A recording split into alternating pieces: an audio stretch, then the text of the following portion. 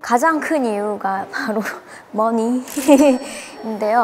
직업 때문인지 좀 제 수입이 일정치가 않아요. 그래서 일단 뭐 결혼을 목적으로 자금을 모아둔 거나 좀 이런 게 많이 턱없이 부족하거든요. 저도 마찬가지로 돈 때문에 좀 망설여지는 부분이 많은 것 같아요. 아기를 좋아해서 또 아기를 많이 낳고 싶은데 아기한테 다 막 좋은 것도 해주고 싶고 좋은 학교도 보내고 싶고 다 입히고 싶고 한데 돈이 없으면은 괜히 나왔나 뭐 이런 생각도 들 것 같고 해서 현실적으로는 이제 내가 이 사람과 결혼해서 아이를 낳게 되면 아기를 보기 어렵지 않을까? 약간 그런 생각까지 들게 되더라고요. 결혼 후의 생활까지 생각을 했을 때 프리랜서도 나쁘지 않겠다라는 생각이 들었던 것 같아요. 저는 사실 결혼을 했고요.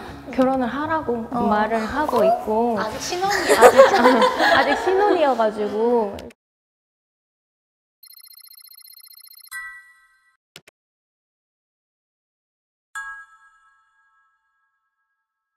요즘에는 아무래도 집은 같이 전세 대출을 받아서 같이 갚아나가는 식으로 하고 그럼 이제 남은 비용을 같이 꾸려야 되는데 20대 초반에 든 생각은 최소 3천 정도는 모아야겠다라고 생각을 했는데 이게 8년이 지나서 지금 생각을 해보니까 둘이 합해서 2억 5천이라고 생각을 하고요. 1억 5천으로 가전이나 결혼식 그리고 신혼여행까지 그 정도는 들지 않을까 생각을 합니다.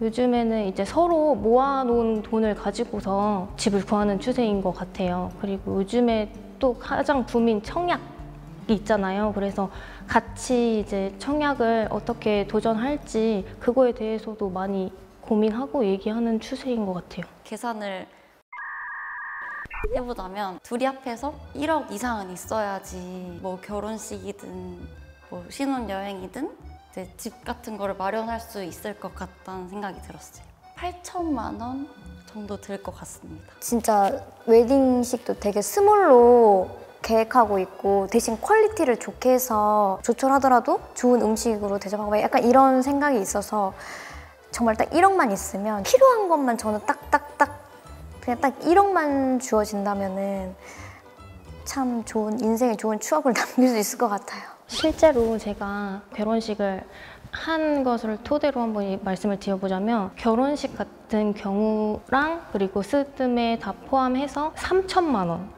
정도로 다 해결을 한 것 같아요.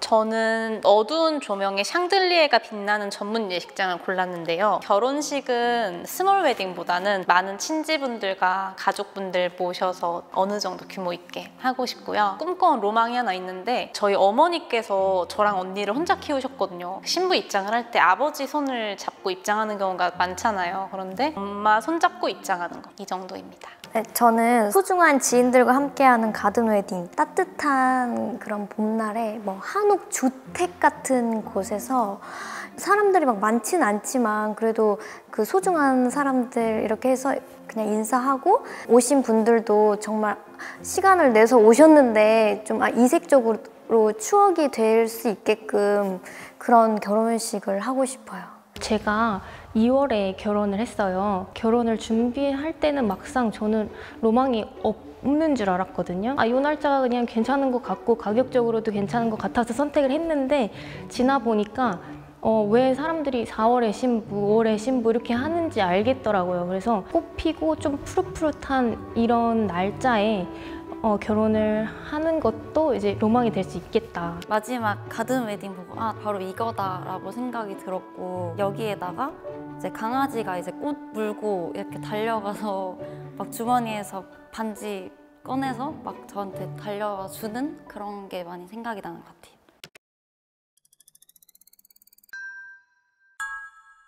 축의금 어느 정도 들어오셨는지 얘기해 주실 수 있을까요?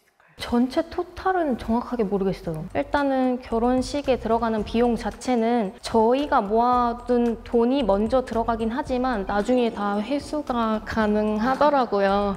저는 100명 정도 불러서 5만 원씩 평균으로 내는 것 같아서 곱하기해서 500만 원 정도는 회수할 수 있지 않을까 싶어요. 제가 생각하는 제 하객은 20명? 30명? 저는 그렇게 막 인맥이 막 넓지 않아서 애초에 그 결혼식이 축하해 주시기로 오신 손님이라고 생각을 해서 저는 그 돈을 받는 거에 대해서 생각이 전혀 없어요. 저는 안 받아도 상관없어요. 멋있다. 약간 이 뒤에 얘기하려니까 굉장히 부담스러워요. 저는 축의금을 최소 10만 원부터 제가 냈었거든요. 지금까지도. 150명을 초대한다고 했을 때 최소 1,500이고 뭐 한 좀 마이너스면 1,300? 네, 그 정도 될 거라고 생각합니다. 너무 설레네요.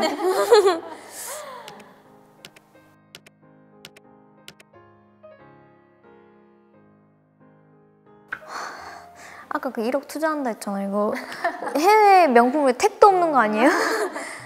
마음은 해외 명품 브랜드. 비싼 드레스는 욕심이 없고요. 저는 3번.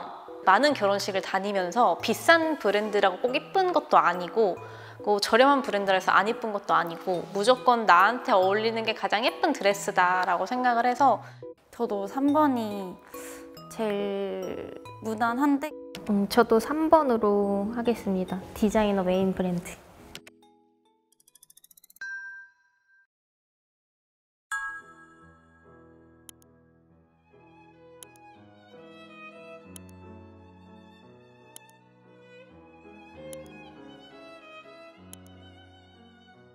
네, 스튜디오는 프리미엄 촬영으로 하고 합쳐서 제주도 야외 스냅을 찍는 걸로. 저는 제가 생각해 놓은 스튜디오가 있거든요. 근데 이제 그걸 알아봤더니 패키지가 240만 원부터 시작을 하더라고요. 그래서 남편과 저와 둘이 남길 수 있는 사진이다 보니까 이왕이면 좀 사진에 돈을 좀 많이 들여서 그런 실내 스튜디오에서도 찍고 야외에서도 좀 이쁘게 찍고 저희 언니가 했던 그 스튜디오에서 아마 할 것 같아요. 너무 마음에 들고 야외랑 뭐 실내 그런 데 그것도 잘 돼 있고 베이직 촬영을 했으면 좋겠고 이제 사진을 보니까 너무 제주도 감성이 너무 예뻐가지고 제주도 가서 스냅도 한번 찍어보고 싶어요. 사진 오랜 시간 찍으면은 결국 다 무너지고 해서 안 예쁘게 나오거든요. 차라리 짧은 시간을 해서 이렇게 뭐 1년 주기로 찍는다던가 좀 그렇게 하는 게 더 예쁘게 오래 간직할 수 있을 것 같고 스냅 같은 경우는 야외 스냅이 좀 더 예쁠 것 같습니다. 저희는 스튜디오 촬영을 아예 안 했어요. 제주 스냅에 로망이 있었어가지고 제주 스냅을 찍고 왔었어요. 그거에 만족해서 다음에 하더라도 야외 촬영할 것 같아요.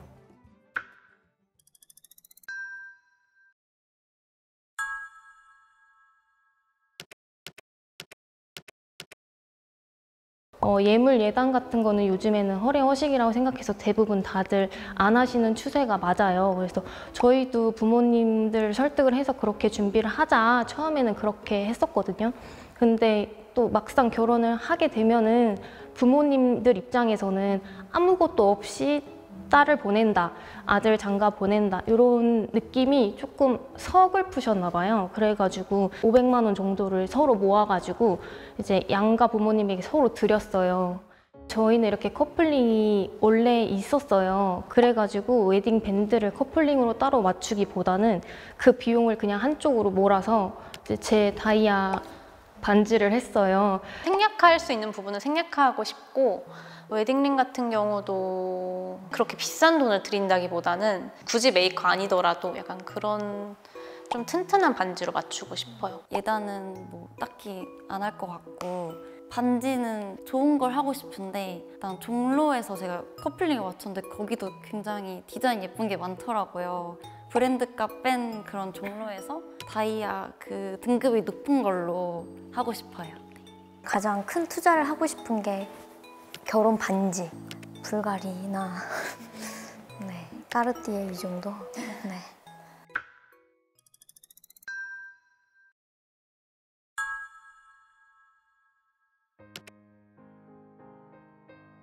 그 아이슬란드로 오로라 보러 가는 게 제 꿈이거든요. 근데 아이슬란드 가기가 되게 힘들거든요. 그러니까 경유를 해서 26시간을 날아가야 되기 때문에 비즈니스석으로 좀 편히 쉬면서 가는 게 좋을 것 같다고 생각을 했고 호텔 같은 경우는 이제 아이슬란드에 가서 많이 돌아다니고 사실상 비싼 호텔은 큰 의미가 없는 것 같아요. 그래서 3성급 호텔도 충분하다고 생각을 합니다. 하와이 가고 싶고요. 한 5일 정도? 무조건 호텔은 5성급. 근데 가는 거 정도의 그 불편함은 감수할 수 있다. 저는 이제 코로나 때문에 그리고 제가 가게 되면 발리 한 일주일 정도 생각하고 갔다 오고 싶어요. 4, 5성급 호텔과 비행기는 사실 결혼식 끝나고 나면 너무 피곤해요. 그래서 좋은 거 탈 필요 없어요. 저도 주말 포함해서 한 일주일 정도 바닷가로 가서 이제 석양을 보면서 이제 술 한잔. 몰디브? 몰디브 괜찮다. 맞아요, 몰디브. 저는 아직 비즈니스석을 타본 적이 없어가지고 그리고 또 멀리로 갈 거니까 비즈니스석을 한번 타보고 싶어요. 그리고 무조건 호텔은 솔직히 좀 섞고 싶은 게 이제 마지막 날만 좀 4, 5성 호텔로 지내면은 좀 절감되지 않을까요?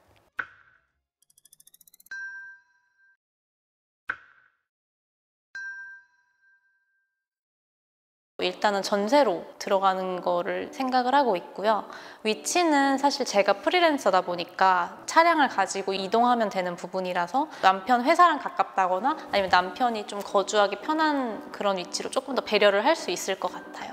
서울에서 살고 싶어요. 서울에서. 허름한 집에 뭐 돈이 없어서 들어가더라도 그 안은 좀 깔끔하게 인테리어를 해서라도 하고 싶거든요. 그 정도? 서울에서 살고 싶기는 해요. 근데 이제 사실상 현실적으로 좀 어려운 부분이 있어서 그래서 인천에서 지내고 있고, 그리고 지금 저희 나이대에 도전할 수 있는 청약으로 또 아파트를 마련해 보고자 이제 하고 있어서 일단 저는 전세로 살고 있는 것도 만족하면서 지내고 있거든요.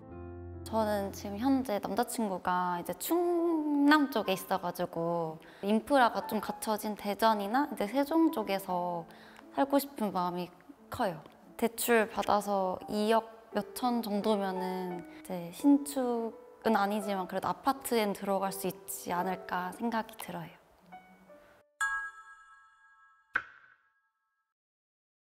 제 개인적인 견해로는 로봇이 할 수 있는 건 다 로봇한테 맡겨야 되는 게 맞다고 생각을 해서 일단 세탁기, 건조기 들어가야 되고요. 식기세척기 들어가야 되고 그리고 로봇 청소기 들어가야 되고 2천에서 3천 정도로 생각을 하고 있습니다. 가전은 역시 LG.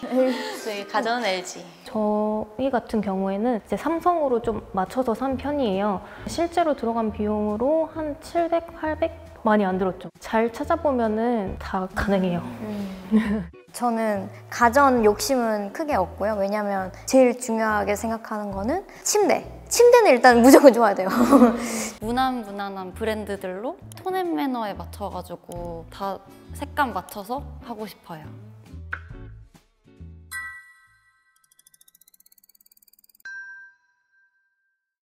생각보다 되게 예산을 많이 잡으신 편이에요. 할수 있겠다,